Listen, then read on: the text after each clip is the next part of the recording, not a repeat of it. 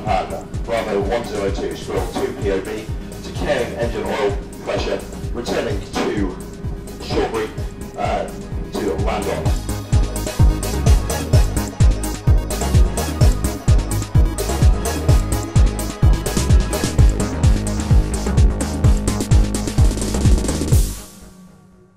Hi, my name is Bob Silwick from RC Simulations.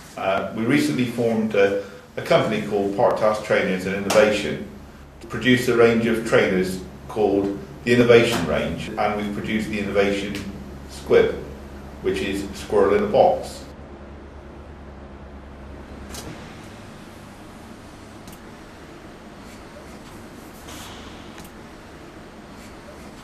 I'm going to just plug the jack in now, so that we can get it to start properly. Okay, make sure it goes in the in.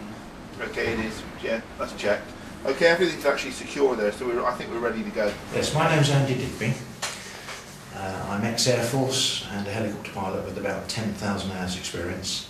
And just about the time I was retiring, the contract came up for this new innovation trainer, and Bob asked me if I'd help on the project, which I've been thrilled to do. And we've been taking Microsoft Flight Simulator to the ultimate degree. Really? Just one moment, Andy. Okay. And then what? I'll go to the instructor station. And we're just taking with a nice poor visibility day. I've been there to advise on all things directly associated with Shortbury and with aviation, having worked here for many years. And I'm delighted with the level of fidelity that we've reached. To start the whole system, we've simplified the process as much as possible and used remote controlled computer start buttons here and remote controlled projector buttons. To turn on the projectors, we merely press one button here, turns on all 6 projectors. When you want to shut down, you can shut them down using the button. If you wish to turn the mains power off, of course they need cooling time, so we've supplied a stopwatch so they can time the cooling period before turning the main power off.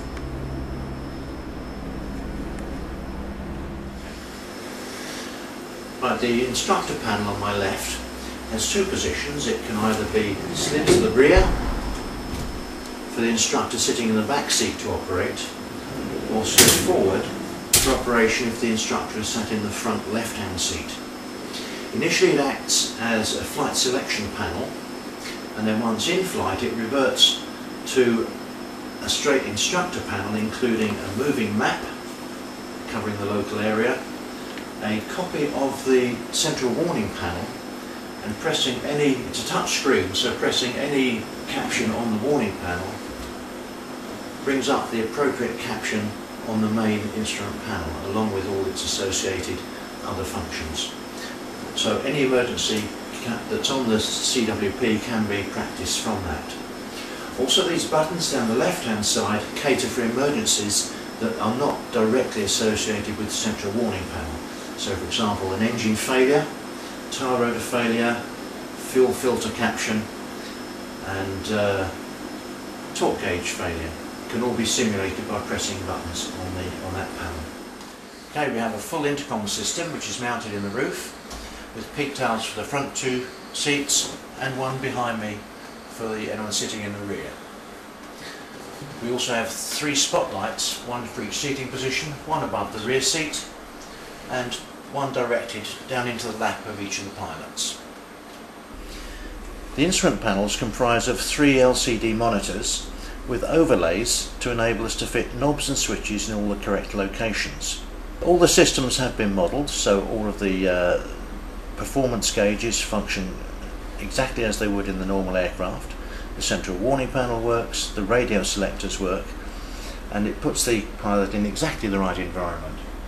On the left-hand panel we have a full set of instruments arranged exactly as per the real squirrel, and all the knobs and switches function as they should do. Central warning panel, we can test from this button, and during flight the instructor in the back can bring up any warning on there to simulate emergencies.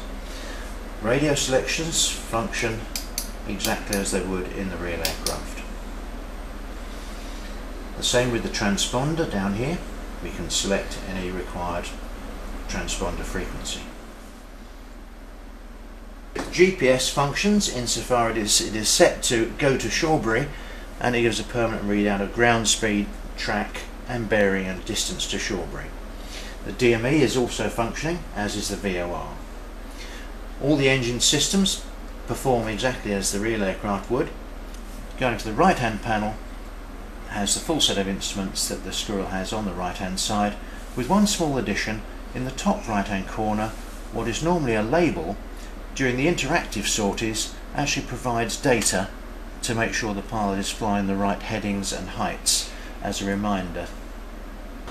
Between the pilots and quite low down is the Honeywell panel, which is in the same location as the one in the aircraft. It's merely a panel which controls various systems through the aircraft, and that is replicated here, and all of the buttons on the system work. We've also incorporated into the panel an abort and pause button for the simulation using redundant buttons within the Honeywell panel. The collective lever operates in the normal fashion. It is fitted with a throttle, and on closing the throttle the engine can be shut down in flight in response to various emergencies. The motion platform is controlled by the simulator, but the power supply to it can be isolated using the red button on the floor, and there is a coded controller so that only instructors actually can activate the motion platform if you don't want the students to actually have access to it. Shortly we'll have Carl Evans, one of the current instructors on the Squirrel, coming along with one of his students to fly the innovation trainer, and he'll be flying a few circuits and demonstrating emergencies to his student. Pop him in the order if you want, and then just have a little practice for a minute. And we'll just follow that standard circuit. Okay. And we'll go off and play a right-hand standard circuit. Okay. Alright, so normal transition away, and then I'll coach you through once we're in the climb. Okay, so using 60% against 65, to the left, right, above and forward.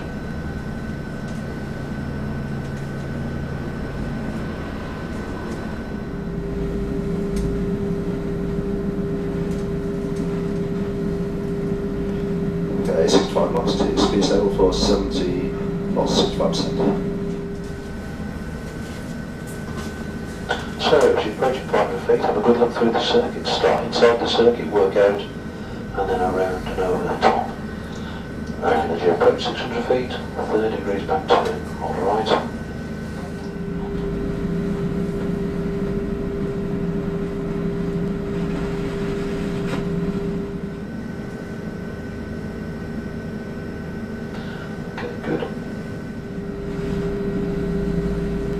The concept is to produce an integrated system which is portable, a high level of functionality, which although not a full simulator, full level D simulator, has still got the core elements that a trainer would be looking for. We've incorporated 210 degrees of visual. We've incorporated motion cueing within the cockpit structure. And level off 30 feet. Okay.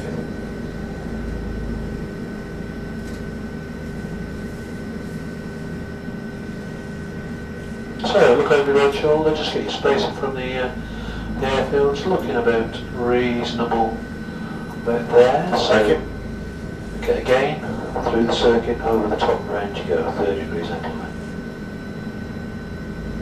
There's no wind set up as such, pretty much down the runway, so looking to roll out on 360. 360, okay. We've developed an intercom unit which allows us to connect NATO headsets with the correct level of attenuation. We've actually looked very closely at the health and safety implications of things like motion platforms, and I've ended up with something which is really quite special. That's good. Right. what do we do downwind? Okay, so check. So CWP is clear. Fuel, we're on 325. Engine instruments, all on the green. Red alt, line off. And harnesses, ties and locks, chain husbands. Okay, yeah, I'm locked in tight also. So look at your landing point now, and it's just starting to disappear, and I reckon just as you get to this ridge, it'll be a good time for you to start turning back a little bit later. Okay. So it's going through the 3 o'clock now, just into the 4, waiting for about 4:30. Shortwave information Delta, all runways available, surface wind calm, blue. Kirthy 1004, Barnsley 1008, diversion hull. Tender open on all runways, flying phase 5 Alpha, shortwave information Delta. That's it, start a gentle descent. That's it, decelerate gently and then roll 30 degrees onto east. Okay. What you're trying to do now is carry the rate descent all the way along the base leg and ultimately rolling out, leveling out on finals at 500 feet. So. Okay.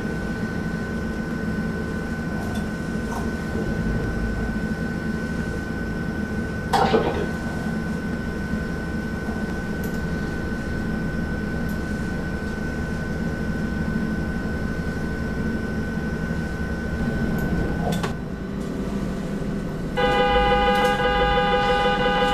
Okay, hydraulics better. Gibbs, well, carry this wheel and try and run on with the accumulator for the accumulator skirt.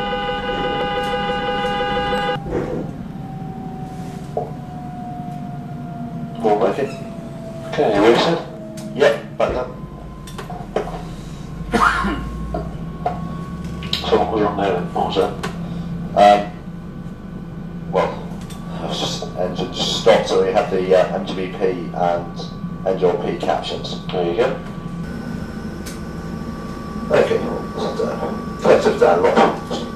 AP is disengaged, 12 from central, and lights go off.